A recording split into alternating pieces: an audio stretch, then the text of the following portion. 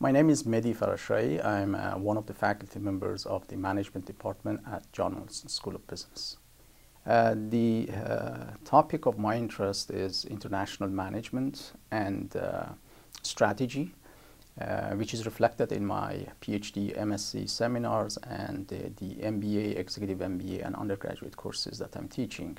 My interest is more about the local global concerns and their effects on the strategy of firms in global context and more specifically in emerging and developing countries.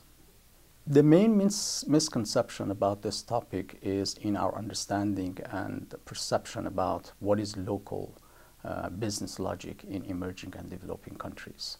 The fact is that we are using most of the time market-oriented and economic perspectives in order to analyze the business logics in emerging and developing countries, and we are missing those parts of these business logics that are not visible through these kinds of lenses.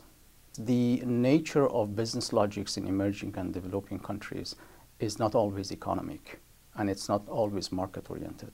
There are various aspects of these logics that are not visible through economic explanation, and they need to have some social and value-oriented perspectives, such as institutional and organizational and ecology perspectives. That's why I am combining sociology and economic perspectives to be able to see these aspects of business logics in emerging and developing countries.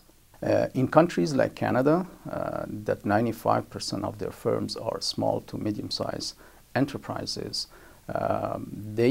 managers have realized the fact that the only way that they can survive these days is to internationalize their business activities, and especially in emerging and developing countries. So they need a kind of lenses that give them a true understanding of what is the business logics in these kinds of environments.